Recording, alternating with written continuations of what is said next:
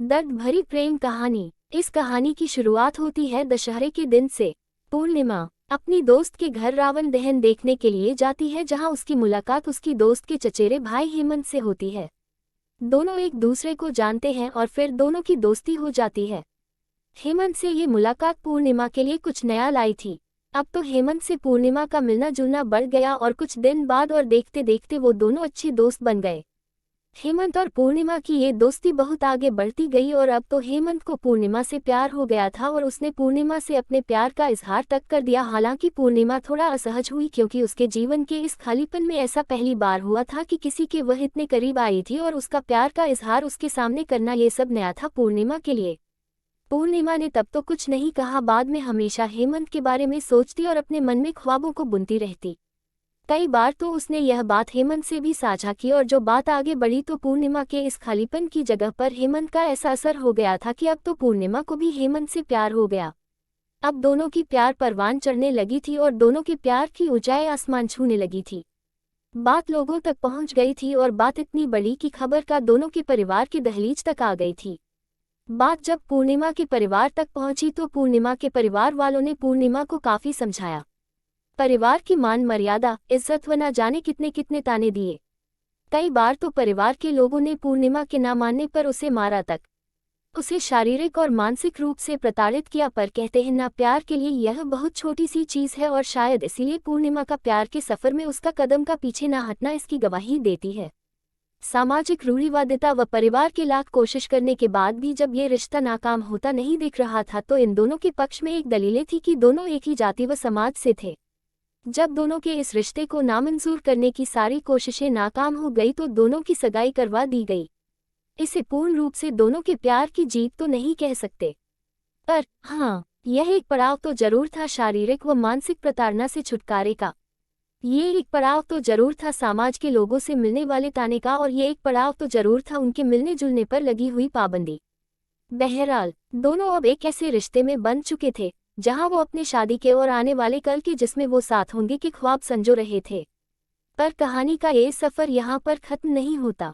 कहते हैं ना, नियति जिंदगी के पड़ाव को कब आखिरी पड़ाव बना दे ये कोई नहीं जानता। कल गणगौर है। आज पूर्णिमा बहुत खुश थी कि कल गणगौर है और हेमंत उससे मिलने आने वाला है। बात थोड़ी सामान्य होने लगी थी और घर के लोग भी थोड़े बहुत खुश है। पूर्णिमा खुद को संवारती है, बार बार आईने में खुद को निहारती है। आज बहुत खुश है, मानो चकोर को चांद से मिलने के सारे विघ्न खत्म हो गए हों, सारे इंतजार खत्म हो गए हों। हालांकि अब तो इंतजार था कल का। पूर्णिमा के लिए ये पल मानो एक दिन का नहीं, हजारों हजारों वर्षों का था। वह प्रतीक्षा में एक एक पल को बड़ी ही कठिनाइयों से बिता रही थी, लेकिन मन में मिलने की उत्कंठा व आशा थी। पर आज वह बहुत खुश थी। वहीं दूसरी ओर हेमंत पूर्णिमा से मिलने के लिए अपने वहां से निकलता है और दुर्भाग्यवश रास्ते में हेमंत के साथ एक दुर्घटना हो जाती है और उनकी मौत हो जाती है। इस बात से बेखबर पूर्णिमा उनके लिए प्रतीक्षारत हैं। पूर्णिमा के परिवार वालों ने पूर्णिमा को ये बात नहीं बताई। इधर हेमंत अंतिम यात्रा पर चलने को तैयार है, उनका दाह संस्कार होने वाला है, तो उधर दूसरी ओर इन सब से अनजान पूर्णिमा उनके इंतजार में व्याकुल है। उसका मन बेचैन है अपने हेमंत से मिलने के लिए। शायद अंतिम यात्रा में वह हेमंत के साथ हो सकती थी, क्योंकि हेमंत अब इस सफर से लौट बहुत दूर जा बैठे हैं। हेमंत का दाह संस्कार हो जाता है, किंतु पूर्णिमा अपने हेमंत के इस आखिरी सफर और उसके लिए आरंभ एक दर्दनाक सफर से अब भी अनजान, एक कभी खत्म न होने वाले इंतजार में ही रहती है।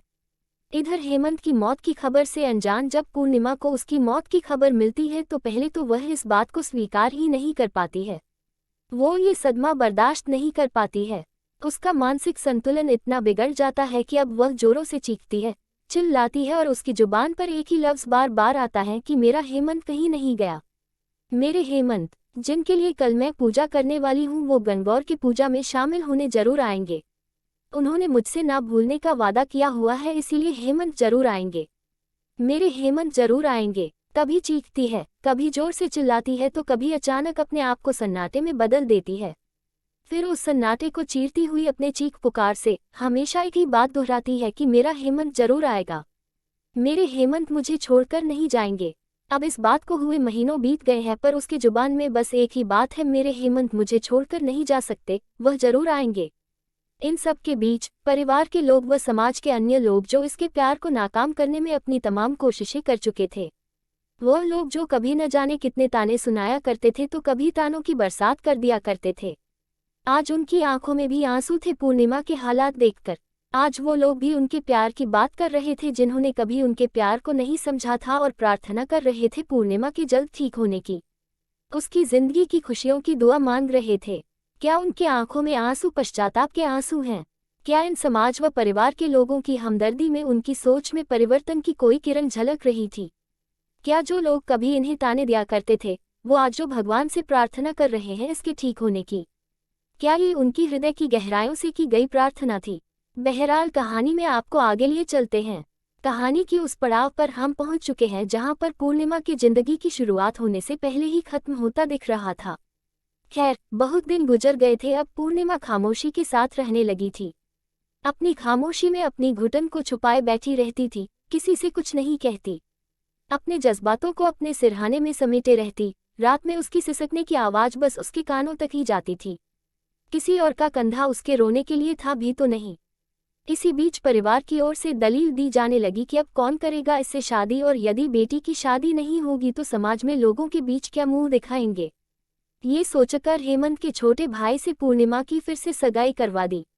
ना चाहते हुए भी पूर्णिमा को फिर एक रिश्ते में बांध तो दिया गया, पर वह महीनों तक, वर्षों तक जिंदा होकर भी मरती रही, सहती रही सारे ताने, सारी प्रताड़ना।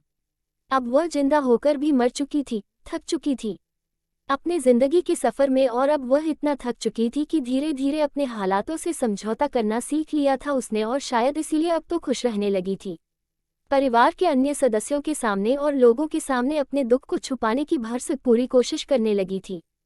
फिर शुरू हो गई इस समाज के अन्य लोगों की अपनी अपनी पूर्वाग्रह तथा दलीलें, फिर से लांछन लगाना शुरू कर दिया गया और प्यार का मजाक बनाने का एक और नया हथकंडा मिल गया शायद उन्हें। अब उसकी खुशी पर न जाने कितनी बातें गढ़ने लगे कि देखो कितना खुश है, मानो कुछ हुआ ही ना हो। ध्यान रहे, ये वही लोग हैं जो कुछ ही समय पूर्व पूर्णिमा के हालातों पर आंसू तक बहा रहे थे और भगवान से प्रार्थना की थी उसके जल्दी ठीक होने की। आज वही लोग इस पर चरित्रहीनता के आरोप मढ़ रहे थे। इन सभी बातों ने उसके जीवन में पुनः वही सारी विपदाओं को ला खड़ा किया जो उसने पहले देखी थी। मानो उसके जीवन में दुखों का साया फिर से आ गया, उसके हंसते खेलने वाले जिंदगी में फिर से दुखों का बवंडर आ गया। अब वह फिर से टूटने लगी। समाज ने तो यहाँ तक कहना शुरू कर दिया कि इसने जो कुछ भी किया था वह नाटक था, वह सारा प्यार, वह सारा दुख तो दिखावा था, वह तो महज एक छल था। और पूर्णिमा से अब उसके ससुराल वालों ने फिर से सगाई तोड़ दी, ये कहकर कि हमारे एक बेटे की मौत की जिम्मेदार यही है, अब दूसरे को न मार दे, इसके कारण हमारे मान सम्मान, इज्जत को ठेस पहुंची है, और साथ ही ठहरा दिया अपने ही बेटे की मौत का जिम्मेदार। हम उसके दर्द की कल्पना भी नहीं कर सकते हैं जिसने इस दर्द को जिया है। मैंने मात्र देखा है उसे ये जिंदगी जीते हुए, और मैं बहुत आहत हूँ लोगों की, समाज की व परिवार की ऐसी मानसिकता को देखकर। और जिसने ये सब सहा है उसकी मनोदशा कोई नहीं समझ सकता। फिर क्यों लोग आ जाते हैं किसी की खुशियों को छीनने? क्यों लोगों को किसी की पल भर की खुशी नहीं देखी जाती?